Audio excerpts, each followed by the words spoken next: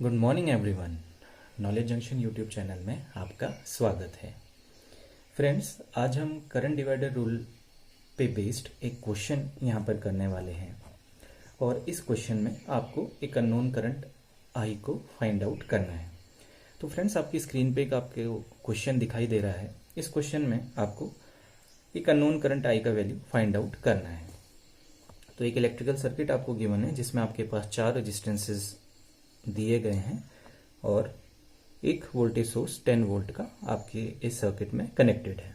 तो सबसे पहले फ्रेंड्स, मैं कुछ नोड्स को यहाँ पर आइडेंटिफाई कर लेता हूँ। सपोज ये नोड को मैं ए से डिनोट करता हूँ, इस नोड को मैं बी से डिनोट करता हूँ, इस नोड को मैं सी से डिनोट करता हूँ। अब देखिए फ्रेंड्स, अगर मैं इस टर्मिनल पे देखूँ और इसके जस्ट बिलो टर्मिनल पर देखूँ तो इस टर्मिनल और इस दूसरे वाले टर्मिनल के बीच में कोई भी रेजिस्टेंस कनेक्टेड नहीं है। तो मैं कह सकता हूं कि ये दोनों टर्मिनल सेम ही होंगे। तो मैं इसे भी पॉइंट सी या नोड सी से रिप्रेजेंट कर सकता हूं। अब फ्रेंड्स, मुझे इस शॉर्ट सर्किट करंट आई को फाइंड आउट करना है। मैं इस सर्किट को रीड्रॉ करता हूं। तो देखिए फ्रेंड्स, मैंने इस सर्किट को रीड्रॉ किया हुआ है। तो मैं यहाँ पर फिर से वही मार्क कर लेता हूँ, point A, this is point B, और ये जो कॉमन पॉइंट है यही मेरा पॉइंट सी है। अब फ्रेंड्स, क्वेश्चन ये अराइज होता है यहाँ पर, मुझे इस करंट आई का वैल्यू किस मेथड से कैलकुलेट करना होगा। तो फ्रेंड्स, इस शॉर्ट सर्किट करंट आई को फाइंड आउट करने के लिए मुझे क्या करना होगा, पहले मुझे इस 1 ओम रेजिस्टेंस में फ्लो होने वाले करंट का वैल्यू पता होना चाहिए और ऐसे ही सिमिलरली इस 3 ओम रेजिस्टेंस में फ्लो होने वाले करंट का वैल्यू पता होना चाहिए। अगर मुझे इन दोनों करंट्स का वैल्यू पता चल जाएगा तो मैं इस टर्मिनल पे या इस नोड पर आपका किरचॉफ्स करंट लॉ अप्लाई करके उस अननोन करंट आई को फाइंड आउट कर सकता हूं। अब इन अननोन करंट्स को कैसे मैं फाइंड आउट करूंगा जो कि इन रेजिस्टेंस के अक्रॉस फ्लो हो रही हैं। इनको फाइंड आउट करने के लिए पहले मुझे ये देखना होगा कि ये जो मेरा बैटरी इस सर्किट में कनेक्टेड है, इस बैटरी से फ्लो होने वाला करंट, सपोज मैं इस करंट को कोई नेम दे देता हूं आई डैश। ये आई डैश करंट का वैल्यू क्या है, पहले मुझे वो फाइंड आउट करना होगा। अब ये आई डैश करंट का वैल्यू कैसे फाइंड आउट होगा, तो इसके लिए मुझे क्या करना होगा, मुझे सबसे पहले इस पूरे सर्किट का इक्विवेलेंट रेजिस्टेंस कैलकुलेट करना होगा। अगर मुझे इक्विवेलेंट रेजिस्टेंस मिल जाएगा तो मेरे पास वोल्टेज होगी, रेजिस्टेंस होगा, तो मुझे करंट आपका ओम्स लॉ की हेल्प से मिल जाएगा। मैं ये कहना चाह रहा हूँ, अगर मैं इस पूरे गिवन सर्किट का इक्विवेलेंट रेजिस्टेंस कैलकुलेट कर लूँ तो ये जो इक्विवेलेंट रेजिस्टेंस होगा वो किससे कनेक्टेड होगा, आपका 10 वोल्ट की बैटरी के साथ, और इसकी हेल्प से मुझे इस करंट आई डैश का अगर मुझे वैल्यू कैलकुलेट करना होगा तो I dash equals to 10 divide by R equivalent, यही होगा क्योंकि V equals to I R आपका ओम्स लॉ है। तो यहां से मुझे इस अननोन करंट का वैल्यू मिल जाएगा। अब इस अननोन करंट का वैल्यू फाइंड आउट करने के लिए पहले मुझे सर्किट का इक्विवेलेंट रेजिस्टेंस कैलकुलेट करना है। तो देखिए फ्रेंड्स, इक्विवेलेंट रेजिस्टेंस में कैसे कैलकुलेट करता हूं, तो आप ध्यान से देखिए, ये 1 ओम और ये 2 ओम का जो रेजिस्टेंस है, ये दोनों एंड से आपका पॉइंट ए और पॉइंट सी या टर्मिनल ए और टर्मिनल सी से कनेक्टेड है। तो आपको ये दिख रहा है कि दोनों के जो एंड पॉइंट हैं रेजिस्टेंसेस के, वे आपस में सेम पॉइंट्स के थ्रू कनेक्टेड हैं। तो अगर ऐसा है तो ये दोनों रेजिस्टेंसेस आपके पैरेलली कनेक्टेड हैं। सिमिलरली पॉइंट सी और पॉइंट बी के बीच में आप देखिए 3 ओम का रेजिस्टेंस है और एक 4 ओम का रेजिस्टेंस है। तो ये भी सेम टर्मिनल पॉइंट से आपस में कनेक्टेड हैं। तो ये भी आपके क्या हो जाएंगे, पैरेलल कनेक्शन हो जाएंगे। तो अब आपको क्या करना है, सबसे पहले आपको इस पैरेलल कनेक्शन का इक्विवेलेंट कैलकुलेट करना है सिंपल से, फिर इस पैरेलल कनेक्शन को सॉल्व करना है। तो अगर मैं इस पैरेलल कनेक्शन का इक्विवेलेंट कैलकुलेट करता हूं तो वो आपको क्या मिलेगा, देखिए आपको क्या निकालना है, ये दो का मीन्स 1 ओम पैरेलल टू 2 ओम। तो आपको अगर मैं इसको कहूं कि ये सपोज आर डैश है इसका इक्विवेलेंट, तो इक्विवेलेंट आप इजीली फाइंड आउट कर सकते हैं। जैसे आपने एक फॉर्मूला पढ़ा होगा, किसी भी दो रेजिस्टेंसेस का इक्विवेलेंट रेजिस्टेंस अगर आपको फाइंड आउट करना है तो उसका वैल्यू क्या होता है, 1/4 first resistance R1 plus 1/R2, यही आपका फॉर्मूला है। अब मैं इसको ऐसा ना सॉल्व करके अगर डायरेक्टली लिखूं तो देखिए डायरेक्टली मैं कैसे लिख सकता हूँ, दो रेजिस्टेंसेज हैं तो आप क्या कीजिए, पहले दोनों रेजिस्टेंसेज को मल्टीप्लाई कर लीजिए, ठीक है, और डिवाइड बाई दोनों को ऐड या दोनों का सम, तो आपको क्या मिल जाएगा 2/3 ओम, ये हो जाएगा। इजी कैलकुलेशन है। सिमिलरली बी और सी एंड्स के बीच में आपका 3 ओम और 4 ओम का रेजिस्टेंस पैरेलली कनेक्टेड है। अगर सपोज करो मैं इसका इक्विवेलेंट R डबल डैश लिख दूं तो इसका इक्विवेलेंट क्या हो जाएगा, जैसे मैंने अभी ऊपर करा 3 multiply by 4 divide by 3 plus 4, तो कितना हो जाएगा 12/7 ओम। ठीक, अब मैं अगर इस सर्किट को रीड्रॉ करूं तो सर्किट मेरा रीड्रॉ होकर कैसा बन जाएगा, देखिए फ्रेंड्स, ये आपका 2/3 ओम और सेकेंड वन आपका 12/7 ओम, और ये आपका एक बैटरी के थ्रू कनेक्टेड है।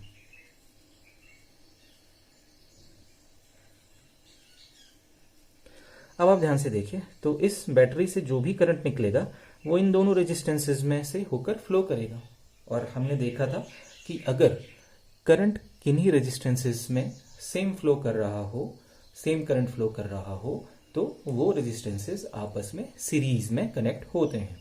अब हमें सीरीज कॉम्बिनेशन निकालना है, तो सीरीज कॉम्बिनेशन तो सिंपली आपको दोनों रेजिस्टेंसेस को ऐड कर देना होगा। तो मुझे यहाँ से आर इक्विवेलेंट कैलकुलेट करना है, तो आर इक्विवेलेंट क्या हो जाएगा 2/3 प्लस 12/7, ये हो जाएगा सिंपली। अब एलसीएम ले लीजिए, 21 हो जाएगा, तो यहाँ पर 14 प्लस 36 50/21, तो 50/21 ओम। तो मीन्स मुझे इस आर इक्विवेलेंट का वैल्यू मिल गया। अगर आर इक्विवेलेंट वैल्यू मिल गया तो आई डैश मिल जाएगा। अब आराम से आर इक्विवेलेंट का वैल्यू मिल गया है तो आई डैश क्या हो जाएगा, देखिए friends, I dash equals to 10 divide by R equivalent 50/21 अभी हमने निकाला था, तो 50/21 ये हो जाएगा। 1 0 से 1 0 कैंसिल कर लीजिए, तो आपको क्या मिल जाएगा 21/5 एम्पियर। तो आपको ये करंट जो कि वोल्टेज सोर्स प्रोवाइड कर रहा है इस सर्किट में, वो हमें मिल गई। तो मैं यहाँ पर उसको दिखा देता हूँ। तो ये हो गई मेरी 21/5 एम्पियर का करंट। यहाँ तक ठीक हो गया। अब आप क्या कीजिए, अब देखिए ये करंट आपका जब इस नोड पर पहुंचेगी तो अब इसके पास दो पाथ हैं फ्लो करने के लिए। पहले एक पाथ है 1 ओम रेजिस्टेंस वाला, एक दूसरा पाथ है 2 ओम रेजिस्टेंस वाला। तो सपोज करता हूँ कि मैं इसमें फ्लो होने वाले करंट को I1 डैश से रिप्रेजेंट कर देता हूँ, इसमें फ्लो होने वाले करंट को I2 डैश से रिप्रेजेंट कर लेता हूँ, ठीक है। और पीछे से आपका जो करंट आ था वो I डैश था, और I डैश का मैं वैल्यू अब निकाल चुका हूँ 21/5 एम्पियर, ठीक। अब फ्रेंड्स यहाँ पर देखिए आप, एक मेन करंट है और वो दो रेजिस्टेंसेज में जो कि पैरेलली कनेक्टेड हैं उसमें फ्लो कर रहा है। तो हमारे माइंड में ये चीज़ स्ट्राइक करनी चाहिए कि यहाँ पर हम करंट डिवाइडर रूल को अप्लाई कर सकते हैं। तो करंट डिवाइडर रूल के अकॉर्डिंग अगर आपको इस 1 ओम रेजिस्टेंस में फ्लो होने वाला करंट कैलकुलेट करना है तो वो आप कैसे कैलकुलेट करेंगे, तो मैं यहाँ पर निकाल लेता हूँ। I1 डैश विल बी, देखिए मेन करंट I डैश जिसका वैल्यू है 21/5 ampere multiplied by opposite resistance. देखिए अगर मुझे 1 ओम में निकालना है तो मैं क्या करूंगा, न्यूमरेटर में 2 ओम से इसको मल्टीप्लाई करूंगा, divide by sum of these two resistances, तो 1 + 2। तो कितना मिल जाएगा आपको, देखिए मैं यहाँ पर इसको सॉल्व कर लेता हूँ। तो यहाँ पर अगर आप इसको देखते हैं तो ये आया है आपका 21/5 इंटू 2/3, तो 7 मीन्स 14/5 एम्पियर। तो यहाँ से हमने निकाल लिया कि ये जो मेरा करंट I1 डैश जिसको मैंने लिखा हुआ है उसका वैल्यू कितना आ गया है 14/5 एम्पियर। ये हो जाएगा, सिंपल है। और इसी तरह आप I2 डैश भी कैलकुलेट कर सकते हैं। तो I2 डैश आपका क्या मिल जाएगा, देखिए फिर से वही चीज़ आपको अप्लाई करनी है। Main current 21/5 ampere into opposite resistance 1 ohm divide by sum of these two resistances 1 + 2। तो यहाँ से आपको मिल जाएगा 21/5 इंटू 1/3, 3 7 जा और 7/5 एम्पियर। तो यहाँ पर फ्लो होने वाला करंट जो I2 डैश है वो कितना हो गया आपका 7/5 एम्पियर। तो ये करंट आपको भी मिल गया। अब देखिए फ्रेंड्स, ये दोनों करंट यहाँ पर आपस में मिल रही हैं। यही जो I1 डैश है और यही जो I2 डैश है ये आपस में मिल रही हैं। आपस में मिलकर फिर से कितना करंट बना लेंगी है 21/5। अब फिर से आप देखिए, अब इस 21/5 को आपको 3 ओम और 4 ओम में डिवाइड करना है। अब आपको इतना समझ आ रहा है मैं ऐसा क्यों कर रहा हूँ? मैंने आपको पहले भी कहा था मुझे इस 1 ओम के अक्रॉस फ्लो होने वाला रेजिस्टेंस, जो रेजिस्टेंस है 1 ओम, उसके अक्रॉस फ्लो होने वाली करंट चाहिए।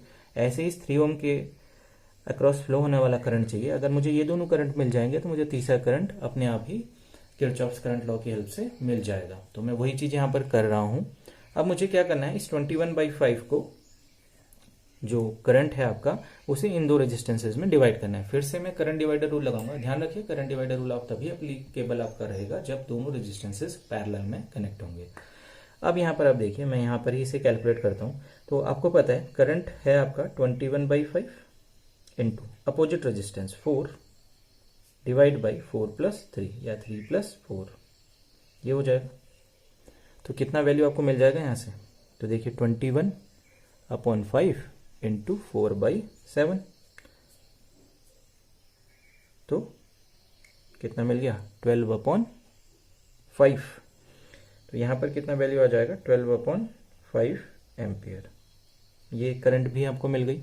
ऐसे अगर आप इस करंट को निकालना चाहें तो ये करंट भी कितना हो जाएगा, देखिए मैं सीधे निकालता हूँ। 21/5 में से 12/5 अगर करंट यहाँ चला जाएगा तो कितना करंट बचेगा?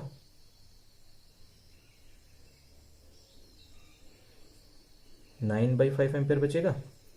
आप इसे ऐसे भी कैलकुलेट कर सकते हैं। अगर आप सिंपल फॉर्मूले की ही हेल्प से कैलकुलेट करना चाहते थे तो आप ऐसे निकाल सकते थे। देखिए 21/5 मल्टीप्लाई बाई अपोजिट रेजिस्टेंस, इसमें फ्लो होने वाली करंट निकालनी है तो आपको 3 ओम लिखना होगा डिवाइड बाई 3 + 4, ये हो गया आपका 21/5 इंटू 3/7।